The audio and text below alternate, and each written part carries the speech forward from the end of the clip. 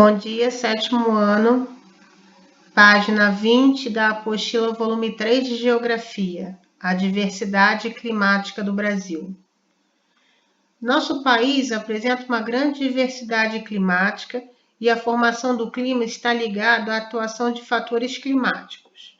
A maior parte do território brasileiro está localizada geograficamente, latitude, na zona intertropical, ou seja, cerca de 92% do país está na zona climática mais quente da Terra e por isso os climas brasileiros são tão predominantemente quentes e úmidos. Esse assunto nós já trabalhamos em anos anteriores, né? Com aquela divisão da Terra pelas linhas imaginárias, linha do Equador, Trópico de Câncer, Capricórnio, Círculo Polar Ártico, Círculo Polar Antártico. E a região central ali, que a linha do Equador passa bem ao meio, né, entre os trópicos, é essa zona mais quente que existe no planeta. Aqui está a zona intertropical, mas em alguns lugares também é chamado de zona tropical, que fica entre o Trópico de Câncer e o Trópico de Capricórnio. Assim, apenas 8% do território brasileiro localiza-se abaixo do território do Trópico de Capricórnio, portanto, na zona temperada sul.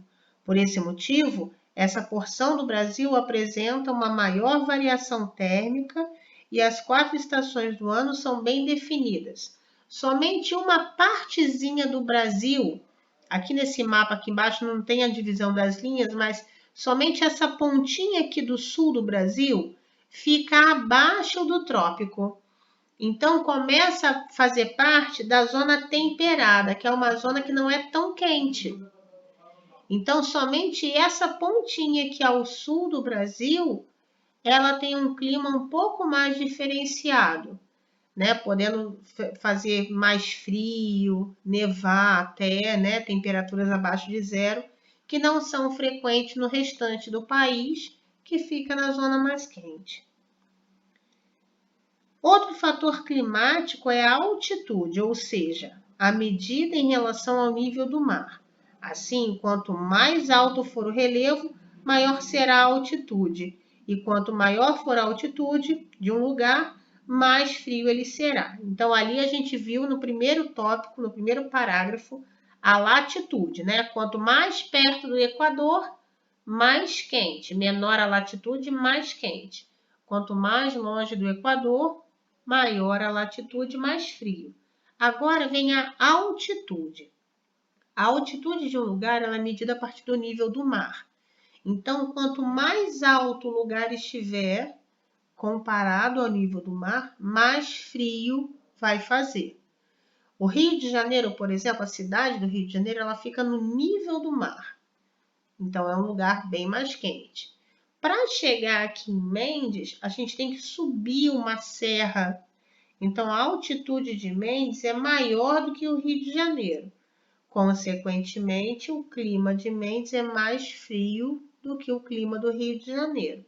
Isso não quer dizer que o lugar faça frio todos os dias do ano, não é isso. Mas as temperaturas são um pouco mais baixas se comparados em um lugar com menor altitude. Desse modo, quanto menor for a altitude, mais quente será o lugar, porque nas baixas altitudes o ar é mais denso, mais concentrado e tem maior capacidade de reter o calor.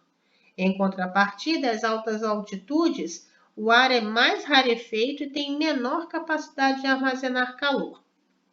Entretanto, no Brasil, como estudamos na unidade anterior, não há altas montanhas, portanto, a influência da altitude na queda da temperatura está restrita a regiões serranas, né? Alguns morros, mas aqueles picos muito elevados, chamados de montanhas, aqui no Brasil não é muito comum. Próximo item, correntes marítimas. São como rios de água salgada que correm nos oceanos, se movimentam com velocidade de 1.852 metros por hora ou mais e arrastam consigo características de salinidade da temperatura das áreas onde se formam, influenciando o clima. Existem correntes marítimas frias, oriundas das regiões frias ou temperadas, e correntes marítimas quentes, oriundas da região intertropical. Então, essas correntes marítimas, elas são, como o próprio nome diz, né, correntes de água do mar. E esse fluxo de água salgada, ele pode ser quente ou pode ser frio. Então, se vem lá do polo, vamos pensar que vem lá do Polo Sul, vem trazendo água fria. Aí no mapa embaixo a gente consegue ver, olha, as setas azuis, né, são correntes frias. Então, estão vindo lá do sul. Se vem a água fria, mais fria do que o normal, vai afetar o clima, vai fazer com que aquele clima daquele lugar fique mais frio também. E as setas vermelhas estão mais na região mais próxima à linha do Equador, estão representando as correntes de água quente. Se a água vem quente, a temperatura também vai influenciar e vai se tornar mais quente. Então, terceiro tópico, hein? Falamos da latitude, falamos da altitude e agora as correntes marítimas. No Brasil, temos a atuação das seguintes correntes marítimas: corrente da Guiana e corrente do Brasil. Elas se originam próximas à costa da África, onde são denominadas de corrente equatorial do sul, correm de leste para oeste e se bifurcam, ou seja, se dividem em dois, próximos à costa brasileira, onde formam as duas correntes quentes supracitadas, citadas anteriormente. Essas correntes são responsáveis pela maior temperatura das águas e pela maior precipitação do litoral. Lembrando que precipitação é chuva. Quando a água precipita é quando chove.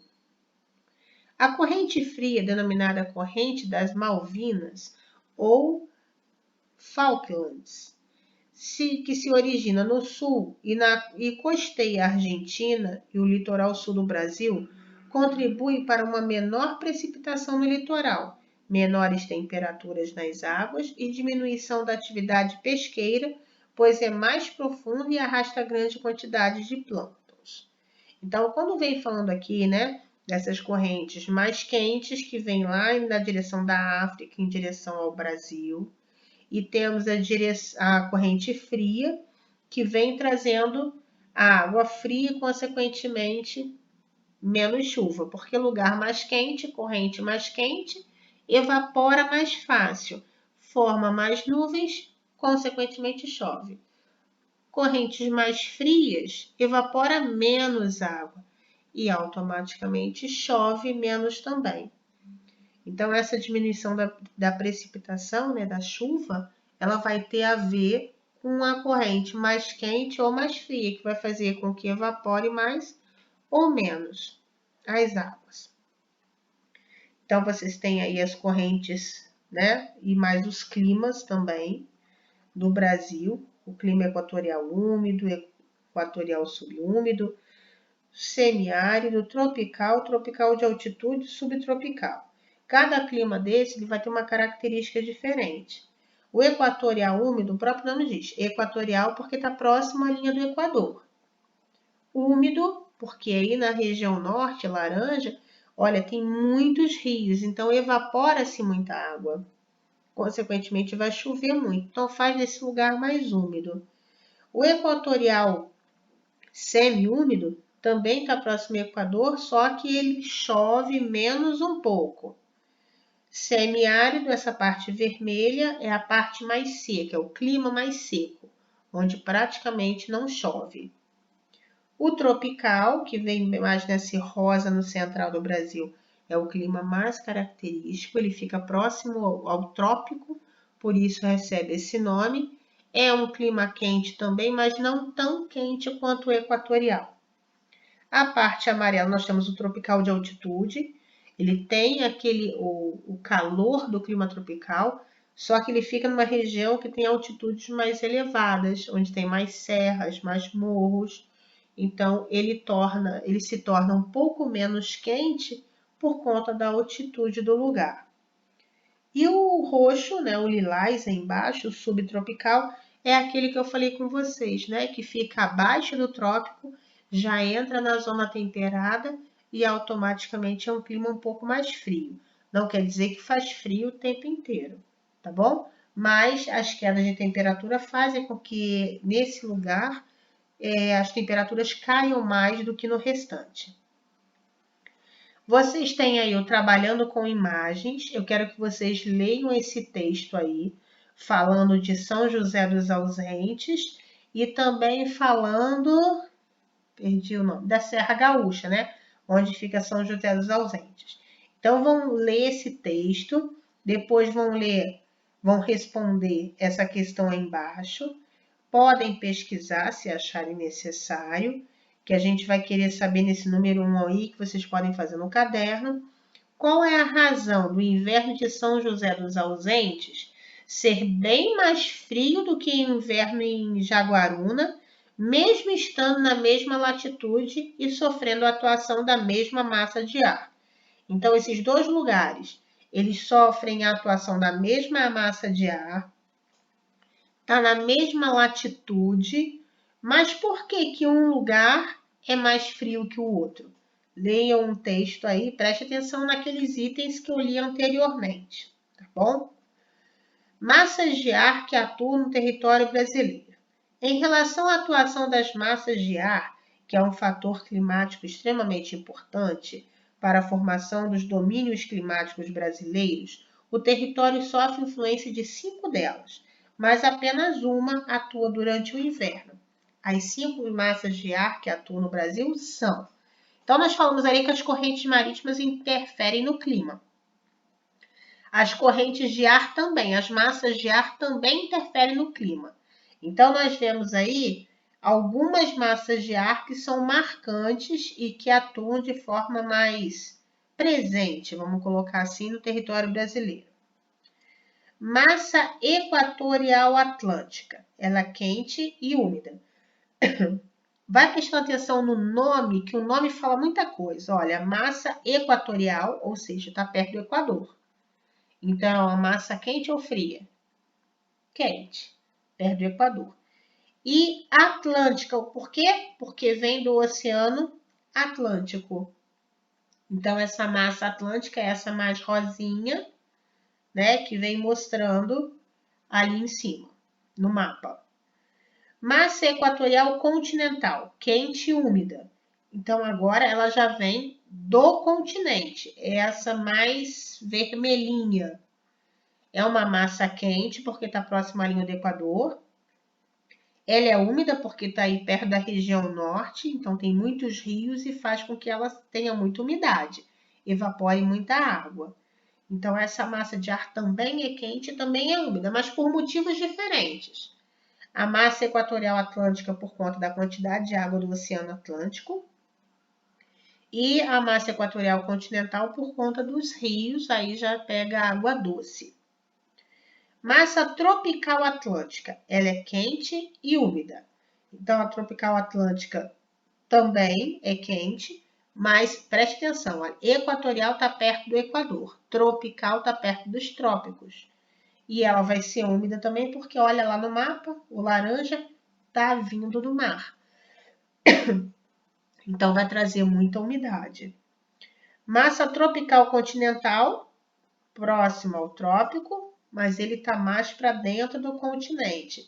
Essa um pouco amarelinha, está um pouco escondida aí atrás da azul. Vem trazendo o calor, mas vem trazendo também, vem faltando a umidade, porque é um lugar que não tem tantos rios, então vai ser mais seca. Massa polar atlântica, essa azulada, ela é fria e úmida. Por quê? Se é uma massa polar, ele vem do polo, lá é congelado, então vem trazendo ar mais frio. Desculpe pela tosse, tá? Mas é que eu tô com uma crise alérgica. Vem do Atlântico, mas trazendo todo o frio dos polos. Então, ele é frio e úmida. A quantidade de umidade e as médias de temperatura de cada clima são influenciadas pela massa de ar que estiver atuando no território. Dessa forma, as áreas que sofrem a atuação da massa equatorial atlântica e equatorial continental, por exemplo, apresentam climas quentes e úmidos, como ocorre na Amazônia brasileira. E as áreas que estão sob atuação da massa tropical atlântica e tropical continental apresentam verões quentes. Desculpa, mas a voz está indo embora. Verões quentes e invernos mais frios e chuvas distribuídas ao longo do ano. A massa polar atlântica atua durante os meses de inverno e provoca queda de temperatura, principalmente na região sul do país. Essa massa de ar entra no país pelo extremo sul do território e, ao longo do seu trajeto, provoca chuvas e queda de temperatura.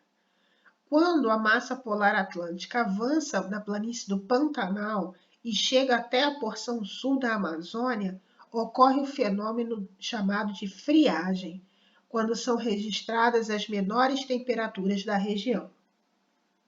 Então, se você observar aqui no mapa, essa massa de ar fria, ela pode chegar lá no sul, ou melhor, lá no norte, desculpa, lá no norte, na parte amazônica.